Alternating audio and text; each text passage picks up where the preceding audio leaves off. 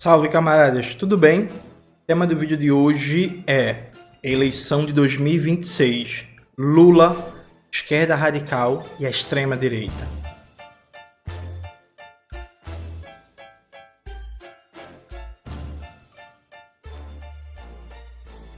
Antes de começar propriamente o tema do vídeo do canal, quero muito agradecer a você que ajuda a manter e melhorar nosso canal a partir do Apoia-se. Seu apoio é fundamental para a gente continuar o nosso trabalho. Se preferir o Pix, está aparecendo aqui como QR Code na tela do vídeo. Camaradas, lembrando que a gente tem o nosso site, jonesmanuel.com.br, em que lá tem todos os livros que a gente publicou para vender. Tem também a nossa lista de transmissão do Zap Zap, tem um link para entrar no nosso boletim de notícias, que é quinzenal, e tem também a lojinha do nosso canal, tá aparecendo aí na tela, e é fundamental, todo produto comprado na lojinha ajuda a manter o nosso trabalho, a financiar o Farol Brasil.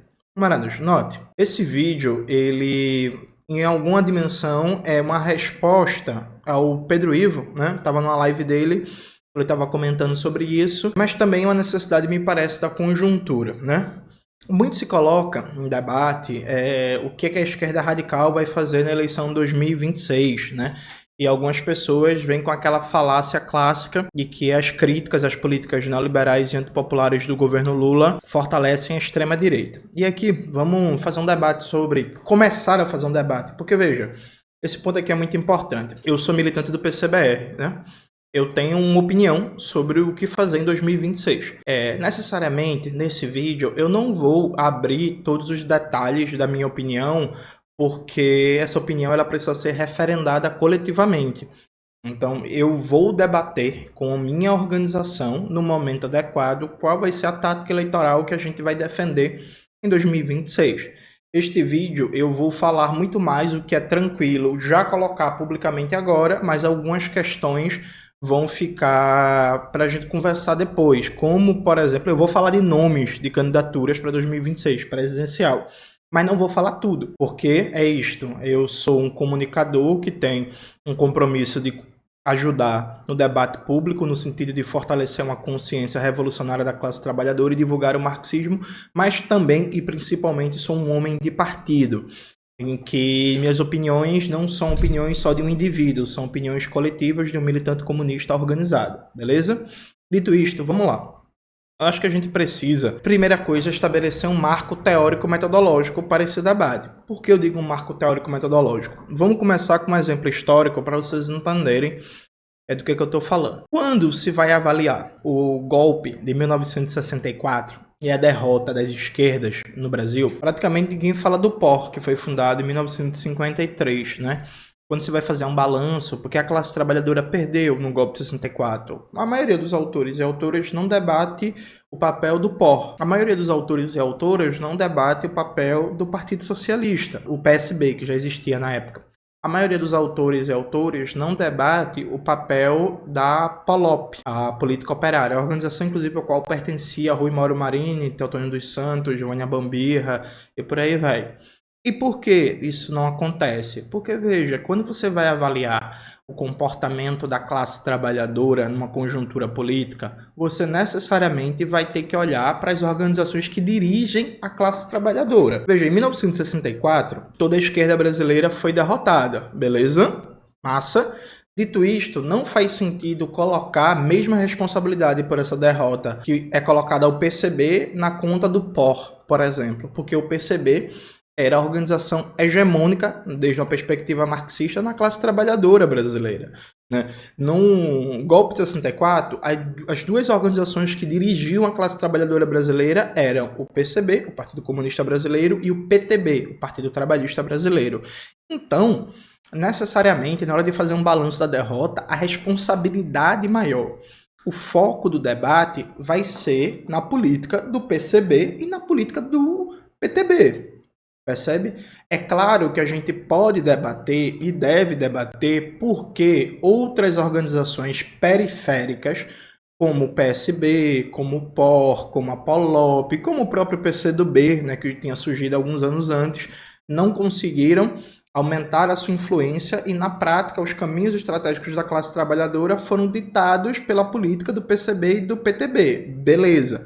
Aí a gente faz um debate sobre a ineficácia na conjuntura pré-golpe dessas organizações e conseguirem ter maior influência e peso político na disputa da conjuntura. Mas isso não muda o fato de que o debate necessariamente vai se focar no PCB e no PTB, porque quem dirigia a classe trabalhadora era o PCB e o PTB. Então, em toda conjuntura, é muito claro quais são as organizações hegemônicas no Brasil. Quais são as organizações políticas que dirigem a classe trabalhadora. Se a gente for para os anos 50 e 60, quem dirige a classe trabalhadora eram os comunistas e os trabalhistas, organizados no PTB e no PCB. Se a gente for para os anos 80 e parte dos anos 90, quem dirigia majoritariamente a classe trabalhadora era o PT e o PDT, né? Se a gente for dos anos 90 em diante, especialmente da segunda metade dos anos 90, depois da primeira eleição da FHC, quem dirigia a maioria da classe trabalhadora é o PT. Veja, ser hegemônico, ser liderança, não tem só os louros, né? Não tem só o ponto positivo. Quando você é a organização hegemônica no seio da classe trabalhadora, você vai ter mais força, você vai ter destaque eleitoral, você vai ter protagonismo na batalha das ideias, na formação de consciência da classe trabalhadora, etc, etc, etc. Mas você também vai ter necessariamente responsabilidades. Então, se a gente perdeu em 64, a gente vai olhar principalmente para os erros do PCB e do PTB. Se a gente perde, por exemplo, com a vitória da avalanche neoliberal, e a gente vai pensar, o que foi que a classe trabalhadora, por que a classe trabalhadora perdeu aquela batalha política? A gente vai ter que necessariamente olhar para a atuação política do PT e do PDT. Né? Principalmente do PT, diga-se de passagem, a partir da primeira vitória da FHC. Então, a gente precisa estabelecer um marco de prioridade na hora de fazer uma análise de conjuntura, porque existem organizações que guiam a classe trabalhadora. Veja, existe só o MST de organização de luta pela terra no Brasil? Claro que não. O MST não é a única organização de luta pela terra, mas o MST é a maior. Então, na hora que eu for debater a estratégia de luta pela terra, de reforma agrária no Brasil, é lógico, isso é um critério objetivo, que o maior peso da minha análise vai ser para organizações como MST, em menor medida a FNL, né, do José Rainha, depois a LCP, a Liga dos Camponeses Pobres e tal. Não faz sentido eu querer debater a luta pela terra no Brasil hoje, e ao invés de eu pegar como exemplos de análise o MST, FNL, por aí vai, eu pegar uma organização local que, por exemplo, só existe no Maranhão, né? Eu vou estar criando um critério de análise distorcido, perfeito? E por que isso é muito importante? No Brasil, há uma cultura política criada pela militância petista e que vai para muito além do petismo, que, por exemplo, o Pedro Ivo reproduziu no vídeo dele, que eu comentei. Eu estava no chat ao vivo, né? Outras figuras cometem também, como o César Calerron, quando me ofereceu o Corolla e disse que ia raspar tudo e queria apostar, que na hora da gente debater o papel do PT, só reivindicam o lugar de protagonismo como maior organização no seio da classe trabalhadora, mas não reivindicam a responsabilidade. Ora, se você é o maior, e aí vamos aqui partir de um critério objetivo, de fato, hoje, do ponto de vista de referência política, cultural, teórica, eleitoral, o PT é a maior organização no âmbito da classe trabalhadora brasileira. Isso sem sombra de dúvidas. Isso não significa que o PT é um partido necessariamente de esquerda, né? Ou que a sua cúpula seja de esquerda. Mas é inegável que o maior partido com base popular, com base trabalhadora, é o PT. Então, veja, se você é o maior, você não pode só lembrar que é o maior na hora de apontar seu direito de liderar. Você tem que lembrar também que você é o maior na hora de fazer os balanços sobre os problemas, né? E isso é muito importante para a gente colocar as coisas nos termos adequados. Veja, existe um risco da extrema-direita ganhar o governo novamente em 2026? Existe. A gente vem debatendo aqui no canal desde 2023 que esse risco é colocado principalmente por causa da própria política do governo Lula.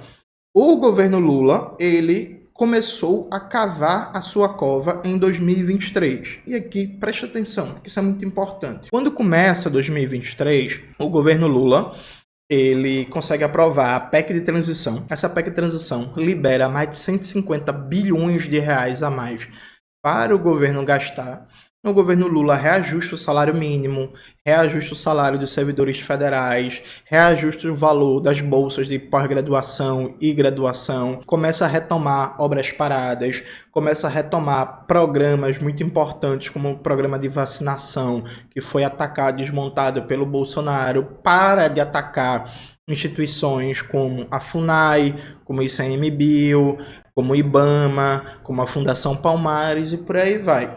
O resultado concreto do primeiro ano do governo Lula é um resultado muito positivo para o governo. O governo Lula, na metade de 2023, e veja, gente, presta muita atenção aqui. Se você tiver com o dedinho nervoso para comentar, comente agora não, espere um pouquinho.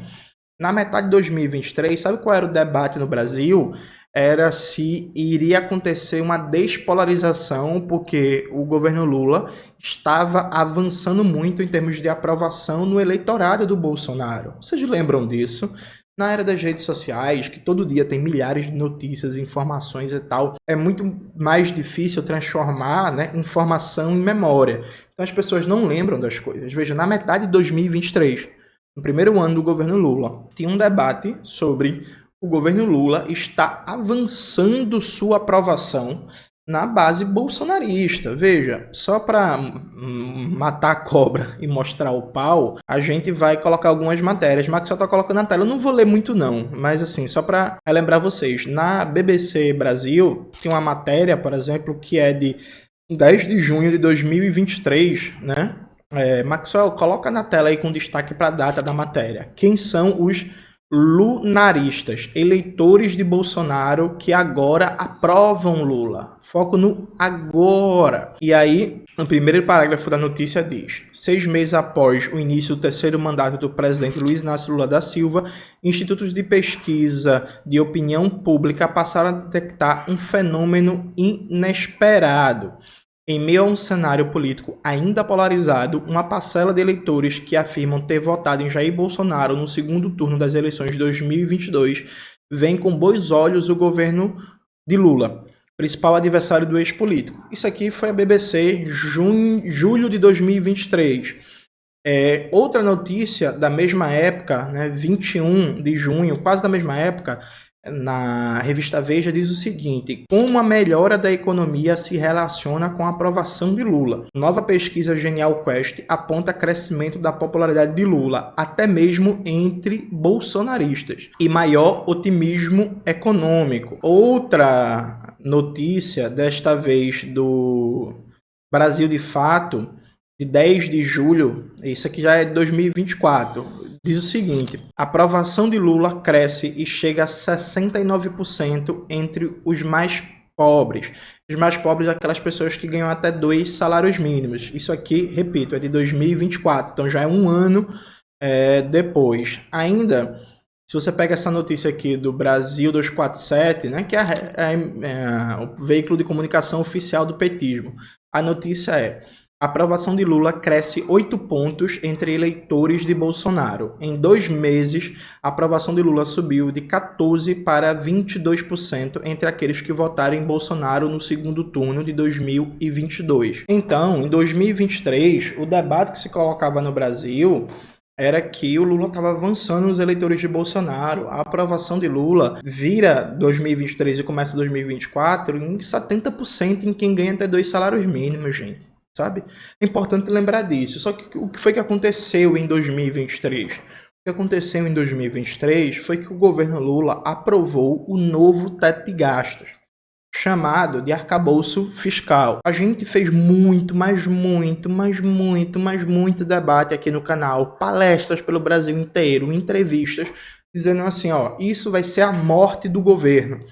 O governo Lula morreu no momento em que ele aprovou o novo teto de gastos. E não, gente, não foi responsabilidade do Congresso. Foi o governo, para mostrar seu compromisso com o setor da burguesia que o apoia, particularmente com os bancos representados pela Febraban.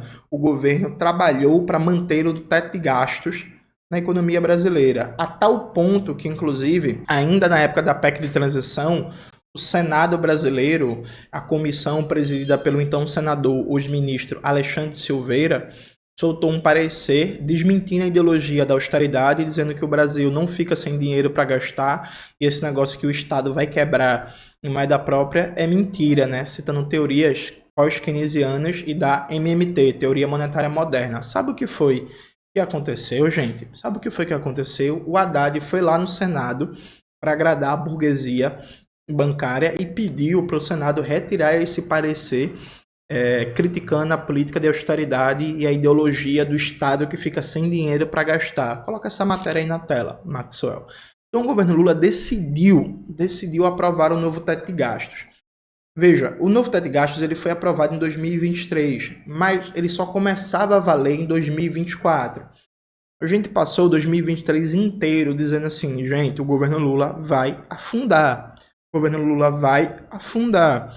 Como a popularidade do governo estava alta e virou 2023 para 2024 alta, o que não faltou foi gente me atacando, dizendo que eu estava mentindo, que eu estava errando na análise e tal. E eu o tempo todo lembrando, gente, 2023 não está valendo o novo teto de gastos. O novo teto de gastos foi aprovado em 2023 e só começa a valer em 2024. 2023, o governo Lula funcionou na base da PEC de transição. Pois bem, em 2024, especialmente a partir do segundo semestre, a popularidade do governo começa a cair. Veja, a popularidade do governo não começou a cair por minha causa, não começou a cair por causa da crítica dos comunistas, não começou a cair por causa da crítica e da mobilização de nenhuma organização comunista no Brasil. Começou a cair por quê?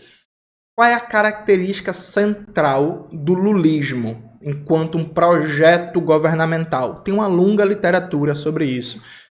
Um dos mais respeitados livros é o livro do próprio André Singer, filiado ao PT, foi membro do primeiro governo Lula, porta-voz da presidência, que é Os Sentidos do Lulismo. Coloca aí na tela, Maxwell. Veja, o lulismo ele é um projeto político, governamental, que é caracterizado por não pautar nenhuma mobilização social, nenhuma politização dos conflitos de classe e das disputas políticas na sociedade brasileira. Ele não faz disputa ideológica pela esquerda, ele não forma uma base de esquerda mobilizada, ele não pauta reformas estruturais na sociedade brasileira e ele se contenta em apresentar políticas públicas importantes, como Bolsa Família, como Luz para Todos, como o programa de cisternas no Nordeste, uma política de valorização do salário mínimo, etc. Mas ele se contenta em apresentar políticas públicas e montar uma base eleitoral para reproduzir o seu capital eleitoral. Veja, para você fazer política pública, você precisa ter dinheiro, né? Dinheiro não no sentido que o Estado tem que arrecadar mais, mas no sentido de que o arcabouço jurídico do Estado brasileiro precisa permitir você gastar.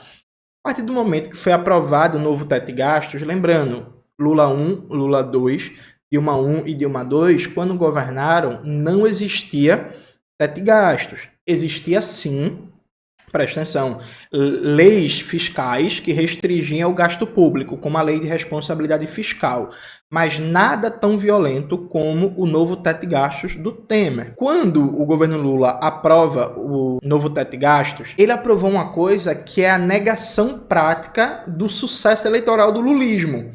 Porque o novo teto de gastos ele limita o crescimento da despesa pública, do gasto primário do Estado, o gasto financeiro com juros e serviços da dívida pública fica livre.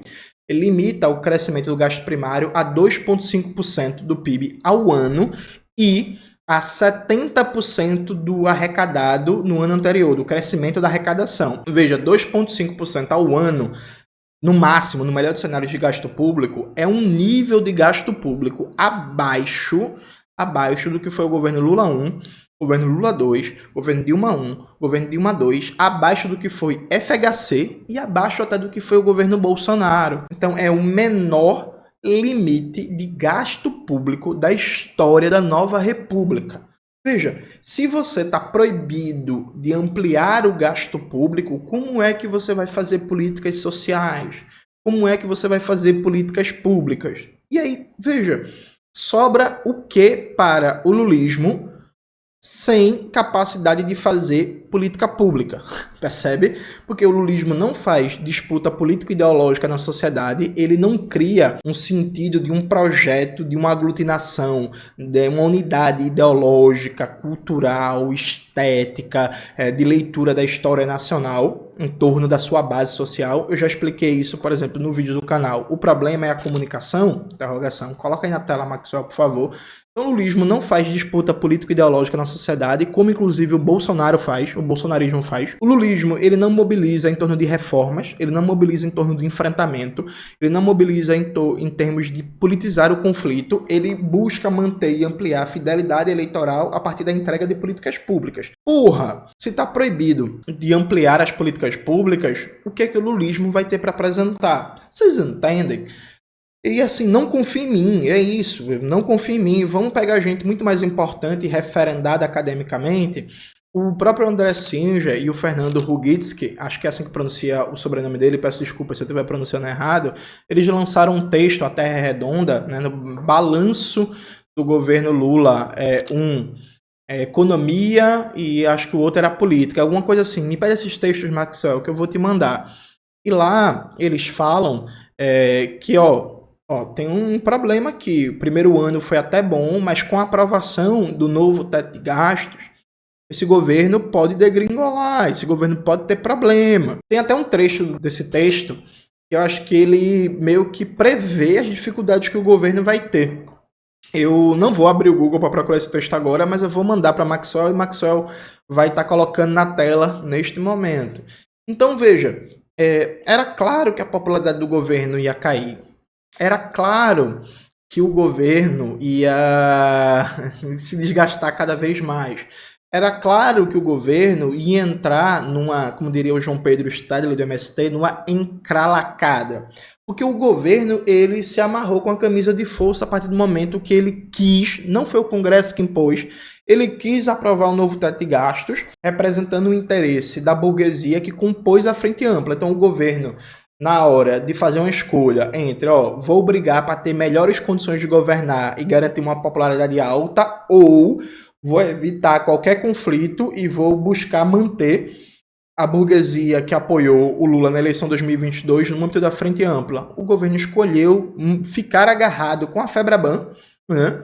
Ficar agarrado com a Febraban e desistir de qualquer disputa político-ideológica. Depois disso, gente, tudo é consequência.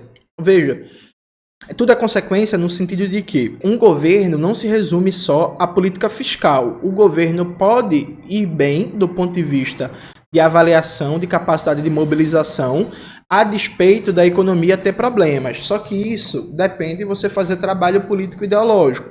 Vamos dar só 2 exemplos aqui. Veja, durante o governo Bolsonaro, a economia foi bem? Não, gente, uma tragédia. Uma tragédia em termos de aumento do custo de vida, em termos de congelamento do salário mínimo, em termos de geração de emprego, mas o Bolsonaro aglutinou uma base político-ideológica. Existe um trabalho ideológico da extrema-direita para manter as pessoas defendendo aquele projeto da extrema-direita a despeito das condições econômicas imediatas. Outro exemplo, o Gustavo Petro, ele é muito mal avaliado na Colômbia pela maioria da população, a popularidade dele é muito baixa. Historicamente, o Petro só tem um apoio de 1/3 da população. Sofreu várias tentativas de golpe de Estado, nunca foi derrubado e conseguiu aprovar reformas. Por quê? Porque mesmo só tendo 1/3 de aprovação da população, ele mantém mobilizado, combativo e ativo esse 1/3. Então, é claro que a única forma de um governo ir bem não é só indo bem na economia.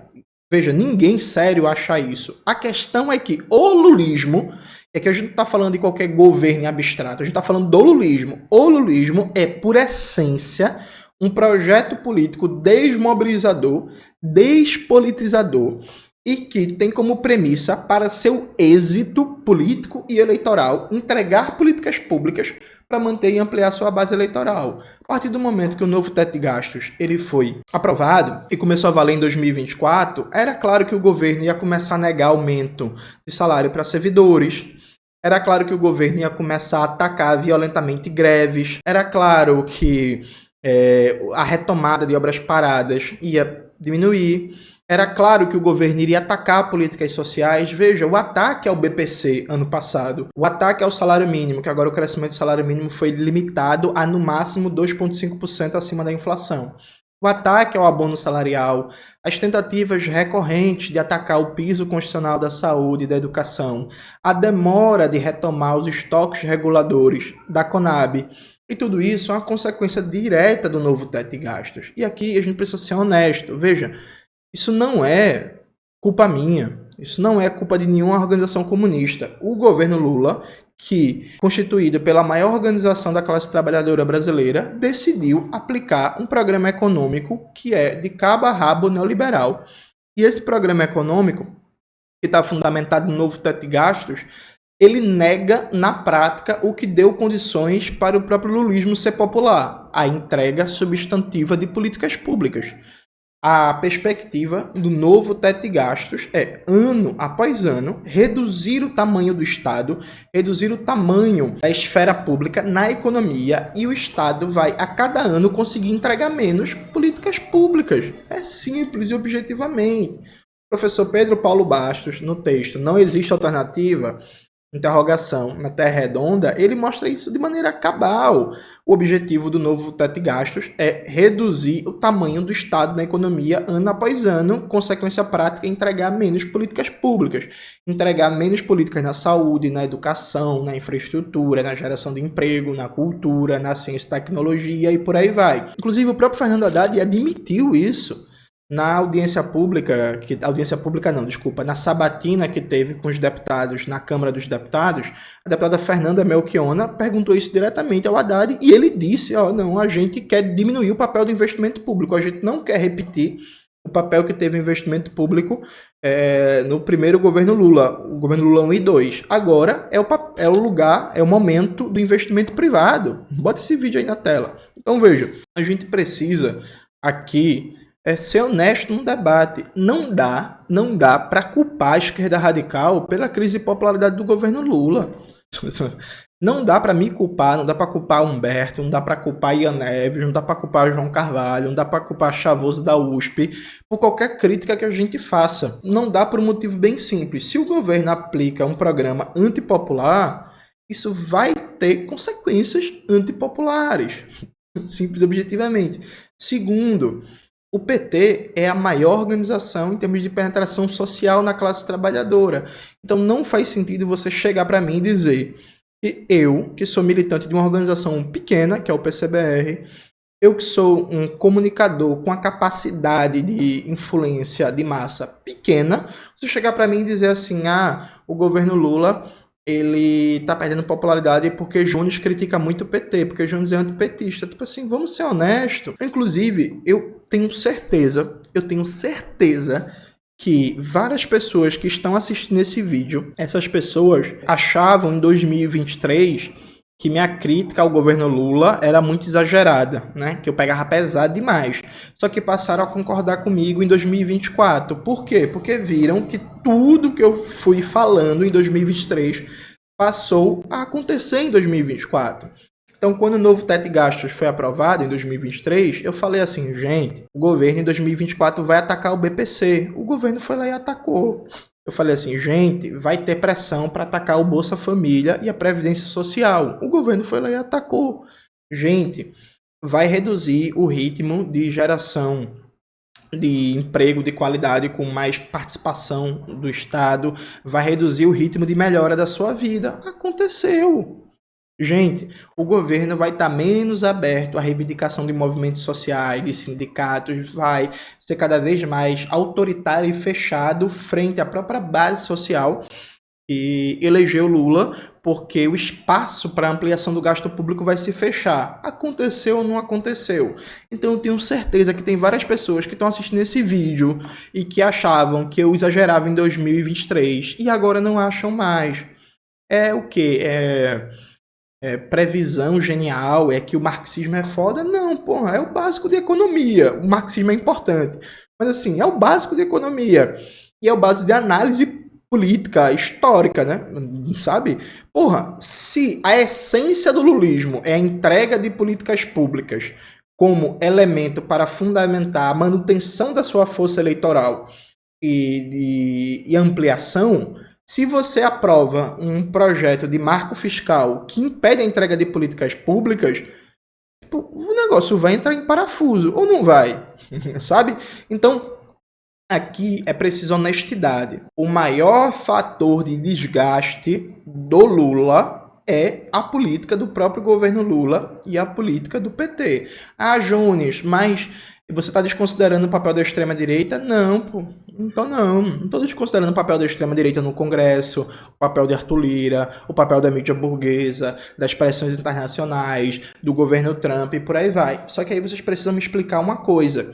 Veja, o próprio governo Lula, é claro que era outro momento, outra conjuntura e tal, mas, por exemplo, o próprio presidente Lula sobreviveu a uma tentativa de golpe de Estado, que foi o Mensalão. O Lula ganhou a eleição, né, com folga, a reeleição em 2006. Assim, a violência da mídia burguesa contra ele foi gigantesca, né? Ganhou, né? A mídia burguesa batia, só desgraça no Lula no segundo mandato. O PSDB era protegido, incensado, fortalecido. O Lula fez a sucessora, né? Fez Dilma, né? Mesmo Dilma, com a crise de junho de 2013, a queda de popularidade e por aí vai, Dilma ganhou a eleição em 2014, não ganhou? Então, assim, veja, a mídia burguesa pressionar, atacar os deputados da direita, os representantes do agronegócio e tal, isso é parte do jogo. A despeito disso, o próprio PT já teve muitas vitórias, inclusive já conseguiu manter a popularidade quando toda semana o Lula era vítima de um ataque mais violento que o outro da mídia burguesa. Inclusive, assim, o Lula se manteve um candidato competitivo mesmo com toda a campanha feita contra ele pela Lava Jato em parceria com a mídia burguesa, não foi? Então não dá só para culpar os ataques da burguesia, da mídia, da direita no Congresso, porque isso sempre existiu. Antes, mesmo com isso, foi possível se reeleger, foi possível fazer 80% de popularidade, foi possível fazer a sucessora, foi possível reeleger Dilma, foi possível manter Lula competitivo, foi possível ganhar a eleição 2022. O que é que está acontecendo agora? O que está acontecendo é por escolha do próprio governo. O governo morreu. Veja, neste momento que eu tô gravando um vídeo, eu tô gravando esse vídeo aqui na quarta-feira, né? O vídeo vai lá só domingo, mas nesse momento o governo Lula está debatendo mais uma vez um novo ataque ao BPC, ao benefício de prestação continuada, e um ataque ao Fundeb, né, o Fundo de Financiamento da Educação Básica no Brasil, e também à Previdência Social. Veja, o governo está com uma crise de popularidade. Hoje, a maioria dos brasileiros acha que Lula não deve ter um novo mandato, sabe? A maioria dos brasileiros, as pesquisas recentes mostram que mais de 60% acham que Lula não deve se candidatar à reeleição. E sabe qual é a política do governo? É continuar atacando setores da classe trabalhadora a partir de cortes no BPC, na Previdência Social e atacar a educação, gente, atacar o Fundeb, desconsiderando a importância que a base da educação teve, por exemplo, na eleição de 2022. Perfeito? E aí o governo faz isso não é só por cegueira ideológica, não é porque os caras estão encastelados em Brasília e estão dominados pelo lobby da burguesia e porque são rendidos à burguesia. Eles fazem isso por uma imposição do novo teto de gastos. Eles perderam todas as oportunidades que a conjuntura deu para fortalecer um debate de esquerda na sociedade, para fortalecer um programa de esquerda, inclusive pressionar o Congresso Nacional por causa do compromisso com a austeridade e com o novo teto de gastos. Então, ignoraram o tamanho da tragédia no Rio Grande do Sul para pensar um programa realmente de reconstrução do Estado e de mudança da matriz produtiva e do urbanismo no país por causa do compromisso com o novo teto de gastos. Ignoraram o grau de dramaticidade de mais de 150 mil focos de queimada ano passado e da necessidade de um programa nacional robusto de recuperação e preservação ambiental por causa do novo teto de gastos. Não entraram com peso no debate sobre o fim da escala 6x1, a necessidade de gerar pleno emprego e fazer com que a maioria da classe trabalhadora tenha emprego formal de qualidade, né? Porque hoje 39% da força trabalhadora brasileira está na informalidade. Ignoraram isso por causa do novo teto de gastos. Então veja, é canalice, é desonestidade, e é desonestidade teórica mesmo, intelectual, com tranquilidade. Chegar e querer dizer assim, a culpa da queda de popularidade do governo Lula, a culpa é da maioria do povo brasileiro não querer que Lula seja candidato de novo, a culpa é de Jones Manuel, porque Jones Manuel critica muito. Veja, meu querido amigo Pedro Ivo, eu simplesmente não acredito que você faz um negócio desse. Então veja, se eu tivesse capacidade de influenciar a maioria do povo brasileiro, eu vou ser o candidato a presidente, né? Eu vou ser o primeiro presidente comunista e preto do Brasil, porque é isso. Eu consigo influenciar a maioria do povo brasileiro a ter uma visão negativa do governo Lula, a maioria do povo brasileiro, então o candidato a presidente tem que ser eu. Se eu tenho esse poder todinho, porra, vocês entendem? Então, esse debate, ele parte de uma premissa falsa. Ele parte de uma premissa falsa. Não é a gente que afundou a popularidade do governo Lula. Veja, quando o governo começou a atacar o BPC, eu falei várias vezes no canal. E aí, final de 2024, eu tenho uma porrada de vídeo eu falando isso. Eu falando assim, ó, a popularidade do governo, em quem ganha até 2 salários mínimos, vai desabar. E desabou. E aí, veja, aqui é importante ter um olhar crítico sobre as pesquisas. Não no sentido que as pesquisas manipulam, mentem e tal. No sentido de entender as perguntas que são feitas ali. Veja, nenhuma pesquisa colocou a pergunta: você teve algum benefício social cortado pelo governo? Tá ligado? Nenhuma pesquisa colocou essa pergunta. Se tivesse colocado, a gente teria a dimensão do problema. Veja, milhões mesmo, viu, gente? Juntando Bolsa Família e BPC, milhões de pessoas foram cortadas do Bolsa Família e do BPC em 2024. Aí você vai dizer assim, mas Jones, era fraude, era só recadastramento. Veja, se você quiser acreditar nesse papo de merda, boa sorte. Isso é mentira. Foi uma política de recadastramento feita para cortar pessoas, para fazer economia de gasto público, para garantir a sustentabilidade do novo teto de gastos, deixando livre o gasto financeiro para os rentistas da dívida pública. Então, assim, por mais que você seja gado do governo e você repita a conversa que é recadastramento, por mais que a mídia burguesa não dê a real dimensão disso, por mais que os institutos de pesquisa não deem importância que isso deve ter, o efeito vai acontecer. Porque uma das características do lulismo é um projeto político que ampliou políticas sociais, perfeito? Aí o governo Lula 3 começa a cortar políticas sociais. Vocês acham que vão acontecer o quê? As pessoas vão se sentir traídas, enganadas, estelionato eleitoral. Se amanhã eu, Humberto, Laura, Chavoso, João, Ian, todo mundo começa a elogiar o governo Lula, isso não vai fazer diferença na popularidade do governo Lula, porque a política econômica é uma merda.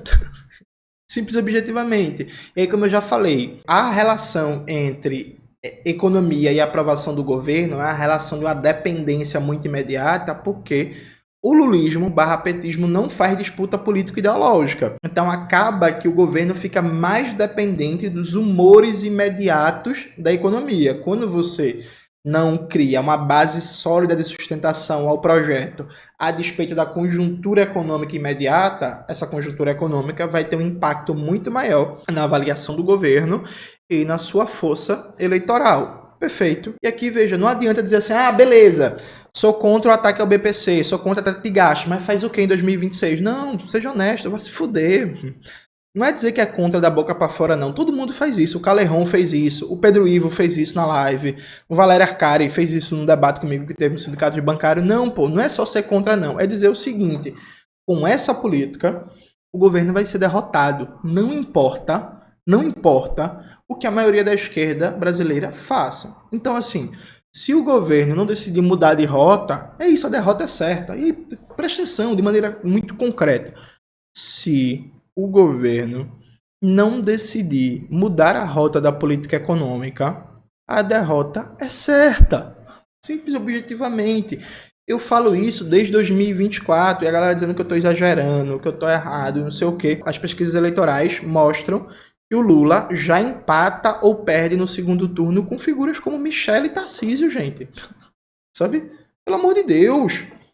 É isto. Mantendo a política econômica atual, mantendo a linha do governo, a derrota em 2026 é certa.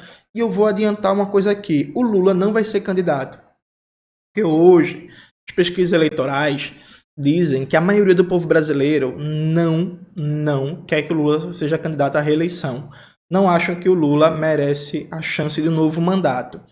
E aí, veja, esse número hoje está na casa de 60%. Se ele continuar crescendo e chegar a 70%, pode crer, o Lula não vai ser candidato. O Lula não vai ser candidato. E aí a derrota em 2026 para a extrema-direita fica mais garantida ainda. E a maior responsabilidade disso vai ser do PT, vai ser do próprio Lula. Não faz sentido, o cara é o maior líder popular do país, tem o maior partido de base popular do país, a maior central sindical do país, o maior número de sindicatos do país, o maior número de intelectuais do país, o maior número de vereadores ditos progressistas, vereadores, deputados estaduais, deputados federais, senadores, prefeitos, mas se perder, a culpa é minha? Peraí, gente. Sabe? Então, veja, tem uma falsidade aqui. E aí, vocês precisam ser coerentes. Quem fala assim, não, mas tem que apoiar o PT porque o PT é o único que tem força imediata para vencer a extrema-direita. Veja, se for assim, tem que dissolver todas as organizações e todo mundo ir pro PT. Inclusive, algumas pessoas mais senso comum que de vez em quando falam isso, é para estar no PT, disputando a classe trabalhadora, porque a maioria da classe trabalhadora é do PT. Veja, na lógica de um senso comum imediato, isso faz sentido. Porque, veja, se o argumento de vocês aqui, precisamos ser subservientes ao PT, precisamos ficar calados, precisamos não criticar, precisamos apoiar cegamente o PT, porque é a melhor coisa que tem, não faz sentido ter uma organização política de esquerda que não o PT. Então, para que existe a UP? Para que existe o PCBR? Para que existe o PCB? Para que existe o PSTU? Para que existe o PSOL? Não faz sentido essa lógica de vocês, sabe? Então, toda vez que vem com esse debate, mas em 2026 você vai votar em quem? Porque você fica atacando o Lula e tal. Eu me nego a entrar nessa lógica por uma questão de critério científico mesmo. Veja, não é responsabilidade minha e da minha corrente política o resultado eleitoral de 2026. O Mao Zedong, ele usava um termo que era muito bom, né? Que é contradição principal, contradição secundária e por aí vai. Do ponto de vista de analisar as responsabilidades da condução do processo político, a maior responsabilidade e a maior força é do próprio PT. Então, se o PT perder, a gente vai ter que olhar com as políticas do PT e do Lula, simples e objetivamente. Isso significa que a gente não tem responsabilidade nenhuma? Não. Qual é o lugar da esquerda radical? Veja, a esquerda radical hoje no Brasil, ela é uma força pequena e do ponto de vista do plano nacional, ela não é protagonista. O que não significa que ela seja irrelevante para vários setores da sociedade e em várias lutas. Eu vou dar um exemplo para vocês. Meu partido, o PCBR, ele é protagonista na luta de classes? Não. Ele é coadjuvante na luta de classes no Brasil, pensando no plano nacional? Não. Não. Mas a gente tem um papel muito importante na luta pela escala 6x1? Sim. Muito importante. A gente teve um papel muito importante na luta contra a privatização de presídios do governo Lula? Sim. Meu canal aqui, ele chega na maioria do povo brasileiro? Não. É um veículo de comunicação que é protagonista na luta de classes? Não. Mas a gente teve um papel muito importante na derrota ao ataque ao BPC ano passado? Teve. Aqui o canal, a gente conseguiu contribuir, veja, não fui eu sozinho, deixa de escrotice, não foi eu sozinho, a gente conseguiu contribuir para fazer com que ministros de Estado falassem contra a privatização de presídios, sabe? A gente conseguiu fazer com que o ministro Fernando Haddad sentisse o peso das cobranças frente à sua política econômica e precisasse dar aquela entrevista chapa branca, vergonhosa, que ele deu para o Leandro Demore, do ICL, para tentar se defender das críticas. A gente tem um peso específico, né, em setores da sociedade, mas a gente não é protagonista da luta de classes. Então, do ponto de vista... usando a lógica do Mao Zedong, né? Os comunistas, a esquerda radical hoje, são uma força primária, secundária ou terciária? É uma força terciária. Nós estamos numa posição defensiva, nós não somos protagonistas, estamos lutando para ser protagonistas, ainda que em algumas lutas específicas a gente tem um papel muito importante. Então veja, dar a César o que é de César. Dá um exemplo para vocês para ilustrar. Muita gente critica, com razão, o PSTU, porque o PSTU, na época da Lava Jato, apoiou a Lava Jato, flertou com a Lava Jato. Né? Veja, isso é verdade. É um erro do PSTU? É um erro do PSTU, que merece ser criticado. Agora, a Lava Jato foi o sucesso que foi por causa do PSTU? Claro que não. O fato do PSTU ter tomado uma política errada, que sim, precisa ser criticada, Não é culpa do PSTU a força da Lava Jato. A força da Lava Jato teria essa força a despeito da posição do PSTU. Alguém pode dizer assim, mas Jones, em alguns setores que o PSTU tinha relevância social, ele ajudou a legitimar a Lava Jato. Eu vou dizer, concordo, mas isso não muda qualitativamente a força que teria a Lava Jato a despeito da posição do PSTU, entende? Então, assim, hoje, do ponto de vista quantitativo, nós temos peso, temos influência, nossa voz chega em vários setores da sociedade. Do ponto de vista qualitativo, o resultado da eleição depende de nós? Não depende de nós. O que a gente precisa fazer? A meu ver, aqui, a gente precisa combater ao mesmo tempo a extrema-direita e o projeto neoliberal. É isto. E lutar para se construir enquanto alternativa política nacional, com base de massas. Veja, toda vez que eu tenho a oportunidade de ir para um debate num podcast com figuras da direita, e aí confiram lá, veja o debate com o Kim Kataguiri, veja o debate com o Zé Vitor, veja o debate com o deputado Caporeso, veja o debate com o Wilker Leão. Foi minha prioridade bater no PT? Não. Porque ali era um espaço mais amplo, muitas pessoas estavam me conhecendo e tal. Mas eu deixo de fazer a crítica ao PT? Também não. Porque pra gente é muito claro, a gente precisa acumular forças, a gente precisa se diferenciar do PT, a gente precisa mostrar que existe esquerda no Brasil para além do petismo. É isto.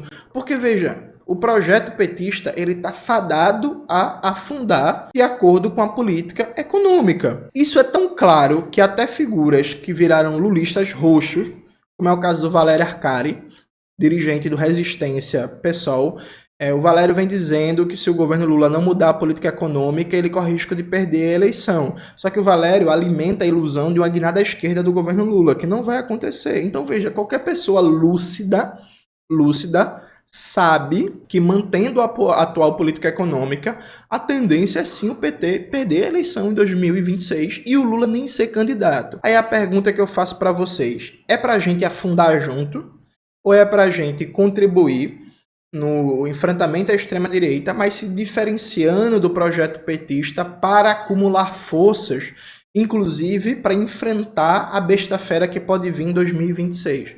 Porque, repare, a corrente que dirige o PT, a CNB, ela não está preocupada com o Brasil, ela está preocupada com manter a hegemonia nas esquerdas. Então, assim, se a política econômica do governo vai levar o governo à derrota, paciência, isso não é um problema. O problema central é manter a direção da esquerda brasileira. Então vai crescer cada vez mais a pressão para dizer amém para o Lula, para baixar a cabeça, negar qualquer crítica ao governo, e quem criticar o governo é fascista, a despeito de que política horrorosa, absurda ele esteja aplicando. Desculpa, eu não aceito isso. A gente não aceita isso. É isso. É fundamental construir uma esquerda no Brasil alternativa ao petismo e uma esquerda que seja pautada pela luta pela Revolução Brasileira e o anti-imperialismo, uma esquerda marxista. Isso tá pronto agora? Não tá pronto agora não. Não tá pronto agora. A gente tem um candidato forte para vencer a eleição em 2026? Não tem não. E aí, sabe? E aí? Isso significa negar a perspectiva de se construir enquanto alternativa, porque, veja, a alternativa política, ela não nasce pronta, né? Quando o PT surgiu nos anos 80, o pessoal do PMDB, que na época era centro-esquerda, e o pessoal dos trabalhistas do Brizola acusavam o PT de dividir a esquerda. E, de certa forma, era mesmo, porque o PT ainda era muito pequeno, pelo menos até a primeira metade dos anos 80, e o PT, quando surgiu, meu amigo, queria conversa com ninguém. Era pau para cima dos comunistas, do PCB e do PCdoB no movimento sindical, pau por cima de pau, chapa própria, não tinha diálogo, não tinha unidade, cacete. E no plano eleitoral não tinha ideia não. O PT objetivamente ajudou, na época não tinha reeleição, né? Quando o Brizola sai do governo do Rio de Janeiro e o Darcy Ribeiro é candidato, o PT lançando sua candidatura própria do Fernando Gabeira, ele ajudou a derrotar o Darcy Ribeiro. É isso. E foda-se. Porque a lógica deles é, a gente quer se autoconstruir. Então a gente não tem força agora para liderar a esquerda, mas a gente está crescendo e a gente vai tratorar. Então o PT proibiu Prestes de falar em comício de 1º de maio. né? O PT, ele contribuiu com a vitória da direita no Rio de Janeiro. O PT rompeu unidade de esquerda em várias eleições municipais e estaduais. O Lula, quando foi candidato ao governo de São Paulo, o Lula foi candidato e foda-se, não queria dialogar com ninguém. E Lula, você vai dividir a oposição à ditadura, a gente precisa se unir, a gente tem que enfraquecer a ditadura. O Lula enfraqueceu a ditadura, foda-se, a gente quer fortalecer o PT e acabou, meu querido. Disputa pela hegemonia é bruta, né? Então, esse discurso de que se você hoje não é uma força política nacional consolidada, você não pode disputar. Se esse discurso tivesse servido para o PT não tinha virado o partido hegemônico da classe trabalhadora brasileira, né? Porque quando ele surge, ele era mais fraco que o PMDB, mais fraco que os comunistas no movimento sindical e mais fraco que o trabalhismo. E foi na base da cotovelada que ele assumiu a liderança, viu? A base da cotovelada. Então, para mim é muito claro. A gente precisa ter uma candidatura própria de esquerda radical no primeiro turno de 2026. Por que a gente precisa ter uma candidatura própria? Por 3 motivos conectados. A gente precisa fortalecer uma compreensão que existe uma esquerda que não é petista, que é crítica ao governo do PT e que vai recolocar os grandes temas para a classe trabalhadora e para a soberania nacional no centro do debate público, coisa que o PT e o Lula não são capazes mais de fazer, né? E isso, inclusive, é disputa de consciência, bom, gente. Muito se fala em disputar a consciência da classe trabalhadora, disputa nas redes e tal. É engraçado, né? Para vocês tem que disputar a consciência da classe trabalhadora em todo momento, mesmo na eleição. Especialmente na eleição presidencial, que é o momento que a classe trabalhadora do Brasil mais presta atenção de política a sua vida inteira. É na eleição presidencial, porra. Então a gente precisa ter uma alternativa para disputar a consciência. Disputar a consciência. Agora, claro, para disputar a consciência tem que ser uma alternativa que tenha algum nível de repercussão popular, que saiba fazer comunicação bem. Não dá para ser cosplay de bolchevique, né? E também não dá para ser aquela candidatura internista, que é aquela candidatura que não dialoga com ninguém, que é só para o partido lançar o nome para dizer que tem um nome, para o nome ter 30 mil, 40 mil votos só, né? Porque 30 mil, 40 mil votos pode ser uma ótima votação para deputado, para prefeito, às vezes para governador e por aí vai. Para senador até, inclusive, mas não para presidente da república, né? Por exemplo, foi uma vergonha as candidaturas do PCB e da UP não conseguirem se unir em 2022. E cada um sai com 40 mil votos, outro sai com 50 mil votos. Uma vergonha, sabe? Eu, quando era militante do PCB, eu defendia uma unidade entre PCB e UP, a partir do seguinte acordo, que não chegou nem a ser proposto, porque não foi aprovado no PCB. A gente apoiava o Leonardo Péricles, que para mim era o candidato muito mais popular, muito mais carismático, com muito mais capacidade de fala do que a candidatura do PCB na época, Sofia Manzano. Apoiava o Leonardo Péricles para presidente, indicava vice. Em troca, a UP apoiava nossos candidatos a governador em estados estratégicos para a gente, né? Como São Paulo, Rio de Janeiro, Pernambuco e por aí vai. Veja, era um bom acordo, né? A gente ia ter uma candidatura que por baixo ia ter mais que 100 mil votos. Né? Porque inclusive eu acho que isso ia beliscar alguns votos ali do PSTU também, e aí seria uma repercussão muito melhor, né? Então, claro, a candidatura tem que ter repercussão mínima, mas assim, a gente precisa ter uma candidatura para acumular forças para disputar o debate público. A gente precisa ter uma candidatura, inclusive, que consiga empolgar setores da sociedade e que consiga ter capacidade de mobilização no pós-eleição, seja um novo governo do PT, seja um novo governo da extrema-direita. Uma das coisas que fez o governo Lula ir tão à direita depois da eleição foi que o governo não tinha oposição de esquerda forte, porra. Então, assim, a eleição 2022, o Ciro termina em crise com 3%, acabado no sentido da disposição de mobilização, de militância, de luta no pós-eleição, né, gente? A Simone Tebet não é de esquerda e tal. As outras candidaturas tiveram uma repercussão muito pequena. Na prática, não se formou um caldo político, cultural, eleitoral para cobrar o governo no pós-eleição, para pautar a agenda pública da sociedade num pós-eleição. Então, por exemplo, se a gente lança uma candidatura da esquerda radical, aí vamos imaginar um cenário até modesto. Porra, é uma candidatura que vai muito bem, consegue estabelecer o debate com a intelectualidade, com a galera da cultura, com o sindicato, com o movimento social, usar bem a internet, furar a bolha, pegar pessoas que estão insatisfeitas com o PT, mas que não vão ser capturadas pela direita. É uma candidatura que tem 500 mil votos, né? 500 mil votos e consegue transformar esses 500 mil votos em uma capacidade política de pautar o debate, de falar, de ir nos espaços, de lotar espaços, de correr o Brasil depois para defender uma agenda política, seja ofensiva ou defensiva. Isso tem impacto na hora da gente ou se defender do próximo governo ou pautar uma ofensiva, né? Então veja, o fato de não ter uma candidatura de esquerda radical com peso em 2022 dificultou as nossas lutas a partir de 2023. Sabe? Porque o debate vai cada vez mais à direita, porque vai para a eleição o candidato PT e mais 6 candidatos de extrema direita. E aí o debate vai sendo puxado para a direita cada vez mais, sabe?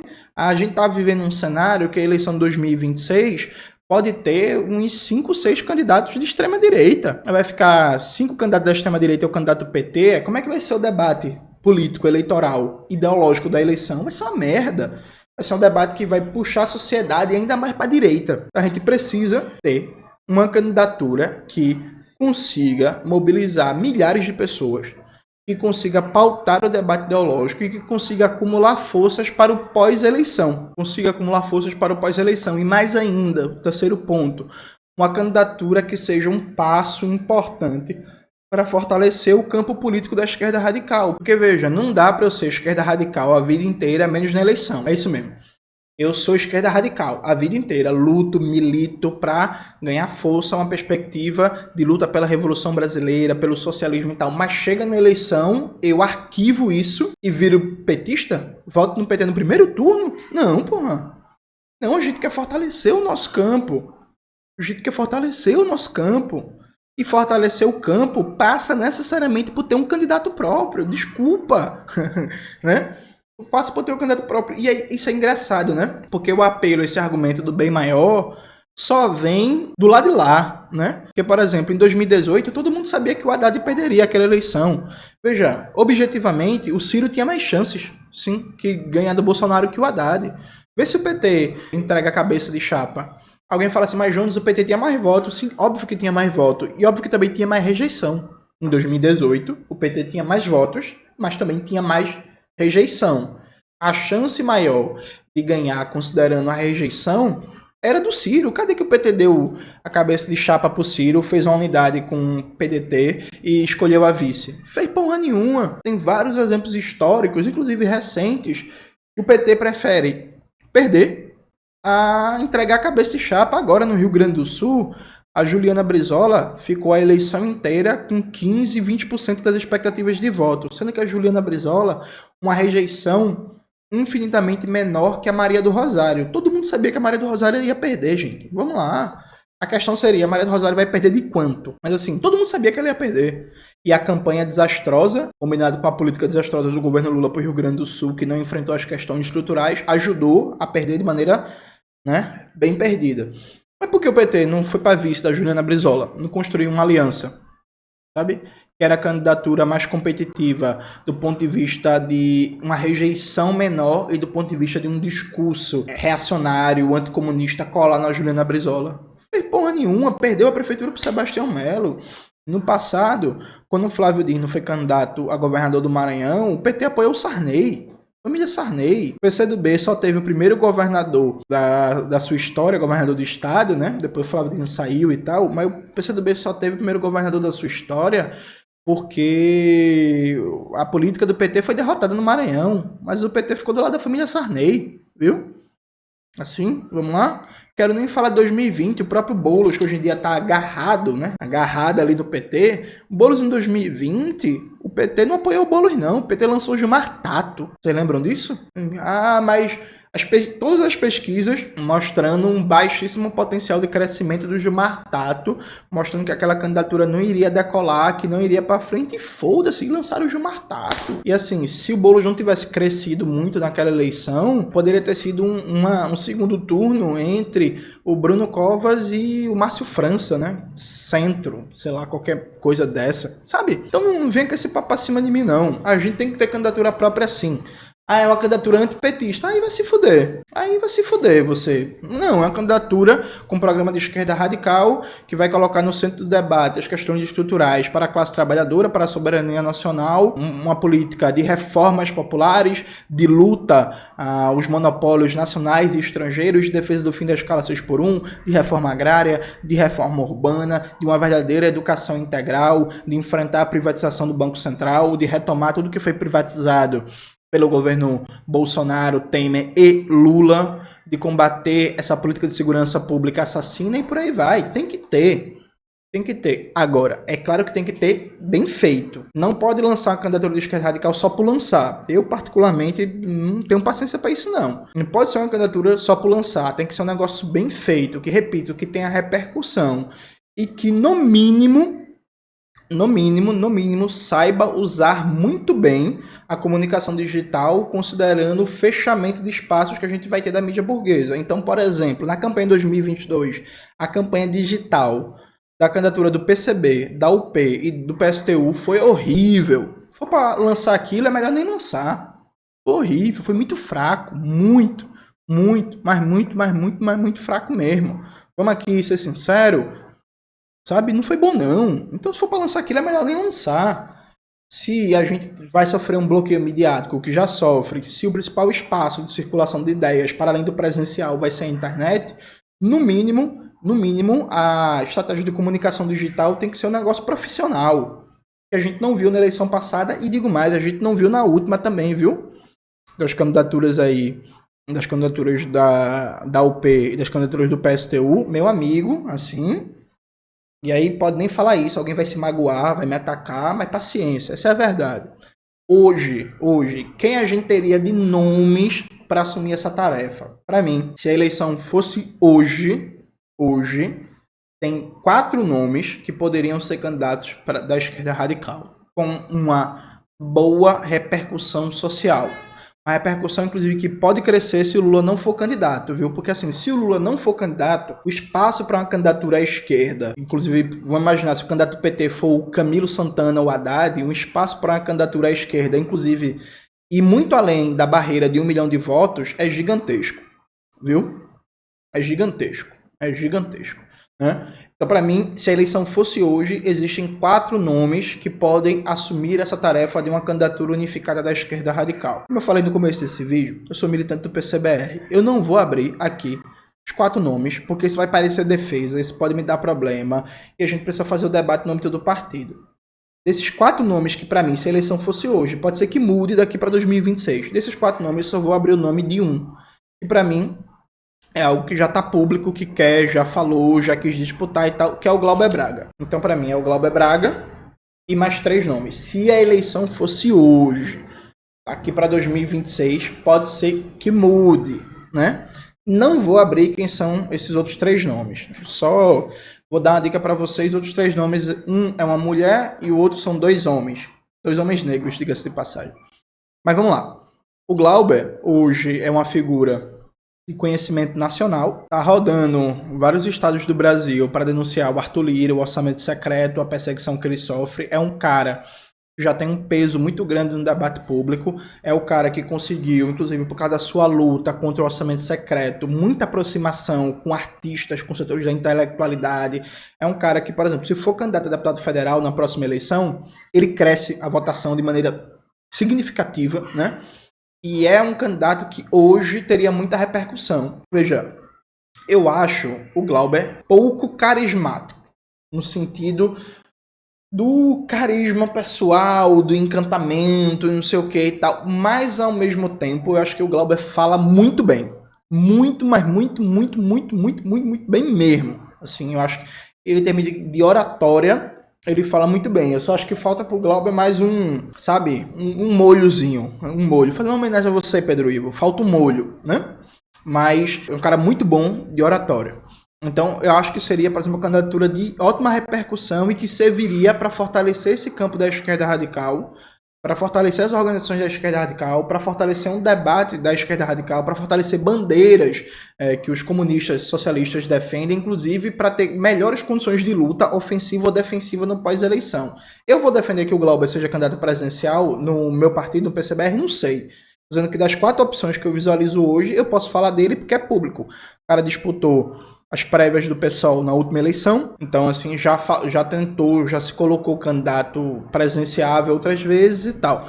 Tem outros nomes também, mas que a gente vai deixar para depois, porque é isso, tem alguns debates que ainda são internos. Ah, Jones, mas vai ser uma candidatura que não vai ganhar. Tendencialmente não. Inclusive ninguém sabe, né? Não é impossível, mas tendencialmente não. Mas a eleição não se resume só a ganhar, né? A eleição se resume também a consequência, o resultado político e ideológico que vai dar da eleição. A correlação de forças que sai da eleição é medida pelo resultado das urnas, óbvio, mas não só, né? Mas não só.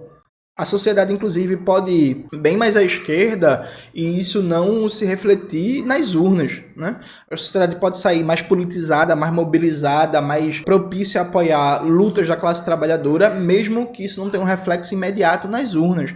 Então, sim, a gente tem que ter uma candidatura da esquerda radical no primeiro turno. Aí, no segundo turno, aí a gente vê, meu parceiro, porque segundo turno é redução de danos, perfeito? Segundo turno é redução de danos. E no segundo turno eu aperto a mão do Satanás. Sabe? É isso.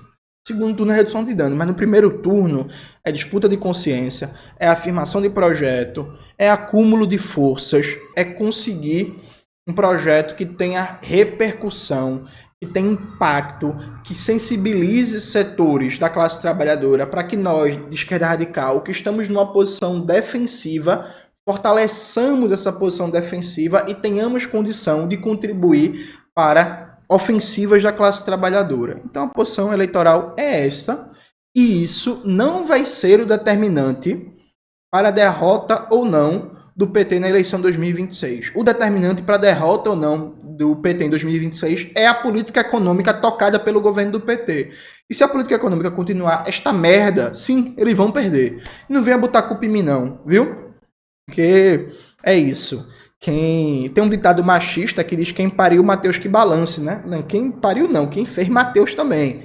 Mas é isso, quem pariu o novo teto de gastos, que balance. Joga na minha conta não. É isso, galera. Espero que vocês tenham gostado do vídeo de hoje do canal. Não se esqueça de se inscrever no canal, ativar o sininho, curtir esse vídeo, compartilhar e tudo isso que vocês já sabem. Um beijo e até a próxima.